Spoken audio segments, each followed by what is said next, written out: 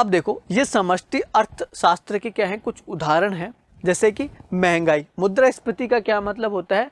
मुद्रा में वृद्धि होना, वस्तुओं की कीमतों में क्या होना? वृद्धि होना। ये क्या है? मुद्रास्फीति है। इसके बारे में क्या करना? अध्ययन करना। ये सब क्या किस चीज के उदाहरण हैं? समष्टि अर्थशास्त्र के, क्योंकि सरकार निर्णय लेती है। देखो, किसी एक व्यक्ति के लिए तो कीमतों में वृद्धि होगी नहीं। यदि कीमतों में वृद्धि हो रही है तो कहीं ना कहीं वो पूरे समाज को प्रभावित करती है, बहुत सारे लोगों को प्रभावित करती है। तो इन समस्या का समाधान करने के लिए सरकार जो अध्ययन करती है वो क्या होता है? समष्टि अर्थशास्त्र का अध्ययन होता है। मुद्रास्फीति अथवा कीमत वृद्धि केवल एक व्यक्ति को प्रभावित नहीं करती है, बल्कि यह संपूर्ण अर्थव्यवस्था को प्रभावित करती है। इसके कारणों, प्रभावों को जानना तथा इससे नियंत्रित करना भी समष्टि अर्थशास्त्र के अध्ययन के अंतर्गत आता है। हम लोगों ने बात करी थी कि जैसे मुद्रास्फीति, कीमतों में वृद्धि होना, ये किसी एक व्यक्ति को प्रभावित नहीं करती है, ये पूरे समाज को, यानी कि एक देश में या फिर एक राज्य में जितने भी लोग हैं सबको समान रूप से प्रभावित करती है। तो आखिर इसके क्या कारण है? क्यों कीमतों में वृद्धि हुई है?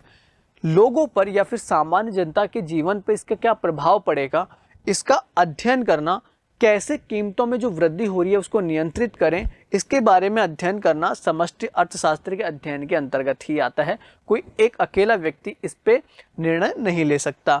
चलिए हम बात करते हैं अब समष्टि जो अर्थशास्त्र होता है उसके अध्ययन के आखिर कौन से मुख्य क्षेत्र हैं।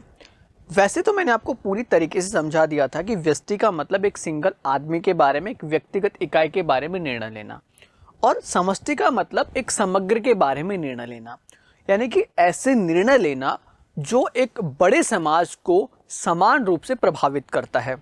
जैसे इसमें कुछ उदाहरण हैं, जैसे बेरोजगारी की समस्या को आप ले लीजिए। अब बेरोजगारी की जो समस्या है किसी एक व्यक्ति की नहीं होती। अगर बेरोजगार हैं किसी अर्थव्यवस्था में तो बहुत सारे लोग बेरोजगार हैं।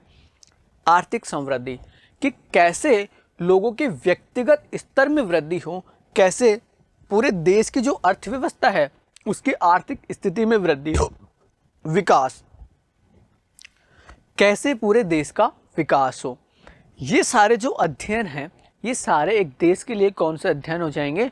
समष्टि अर्थशास्त्र के अध्ययन हो जाएंगे। ये किसी एक व्यक्ति के लिए नहीं लिए जाते सरकार के द्वारा, ये पूरी की पूरी अर्थव्यवस्था के लिए लिए जाते हैं।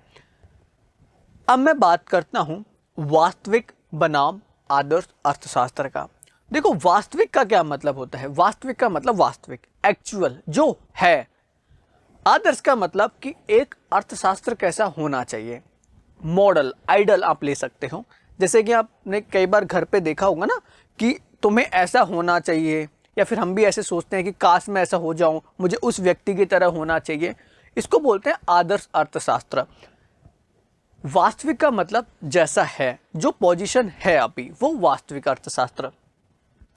अर्थशास्त्र के अध्ययन में हमारे चारों ओर होने वाली घटनाओं, निर्णय लेने, नियम तथा व्यवस्था बनाने तथा आर्थिक समस्याओं को हल करने के लिए जो नियम लागू करने के संबंध में दो पहलू क्या है? सम्मिलित हैं। जो नीतियां लागू करी जाती हैं उसमें दो जो पहलू हैं वो सम्मिलित हैं, वास्तविक अर्थशास्त्र और आदर्श अर्थशास्त्र।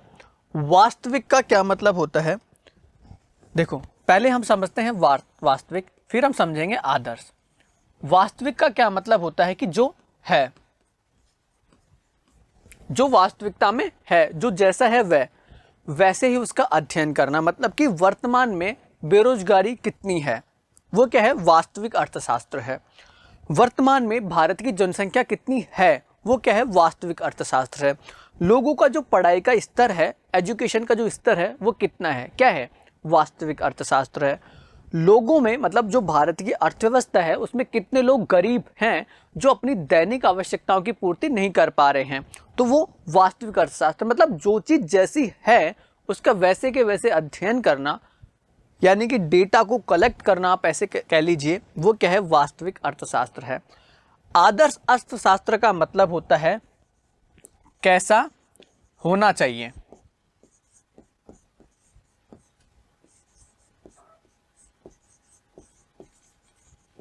ठीक है, कैसा होना चाहिए, यानी कि चलो ठीक है, बेरोजगारी है, कितनी है, वो वास्तविक अर्थशास्त्र। लेकिन बेरोजगारी कितनी होनी चाहिए, होनी भी चाहिए कि नहीं होनी चाहिए, बिल्कुल भी नहीं होनी चाहिए, वो हो जाएगा आदर्श अर्थशास्त्र मतलब कि सोचना कि एक आदर्श मॉडल कैसा होना चाहिए। भारत की जनसंख्या 200 करोड़ है, लेकिन कितनी होनी चाहिए?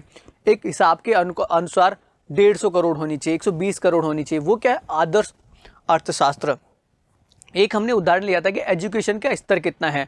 मान लीजिए कि 70% लोग पढ़े हुए हैं, वास्तविक अर्थशास्त्र। लेकिन हम ये सोचते हैं कि भारत का हर व्यक्ति पढ़ा लिखा होना चाहिए, पूरी की पूरी 100% जो पॉपुलेशन है, जनसंख्या है, वो पढ़ी लिखी हुई होनी चाहिए। ये कौन सा है? आदर्श अर्थशास्त्र। यानी कि यूँ कहिए कि वास्तविक में क्या अर्थशास्त्र है, कैसी पोजीशन है, वो वास्तविक अर्थशास्त्र, और वो चीज़ें कैसी होनी चाहिए, ये आदर्श अर्थशास्त्र। अर्थशास्त्र के दो पहलू जो हमने बात करी, वास्तविक अर्थशास्त्र और आदर्श अर्थशास्त्र। ये क्या होता है? वास्तविक का मतलब क्या है, वर्तमान में किस पोजीशन में है, क्या है, और आदर्श का मतलब क्या होना चाहिए। जैसे मैंने उदाहरण भी आपको दिया था कि भारत में पढ़े लिखे लोगों की संख्या कितनी है, क्या है, वो हो गया वास्तविक अर्थशास्त्र। लेकिन कितनी होनी चाहिए, वो डेटा कितना होना चाहिए, क्या होना चाहिए, वो आदर्श अर्थशास्त्र हो गया हमारा। भारत की जनसंख्या क्या है, कितनी है, वास्तविक अर्थशास्त्र। लेकिन कितनी होनी चाहिए, आदर्श अर्थशास्त्र। भारत के जो लोग हैं उनकी कितनी वृद्धि होनी चाहिए, वो आर्थिक स्तर पर कितने समृद्ध होने चाहिए, आदर्श अर्थशास्त्र। लेकिन कितने हैं, वास्तविक अर्थशास्त्र। तो ये जो डिफरेंस है वो वास्तविक अर्थशास्त्र और आदर्श अर्थशास्त्र में है। वास्तविक अर्थशास्त्र आर्थिक विश्व में जो कुछ हो रहा है या हो सकता है के विषय के बारे में बात करता है।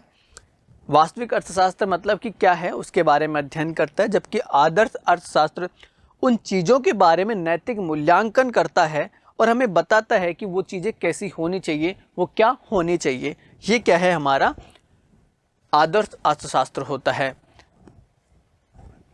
Thank you very much.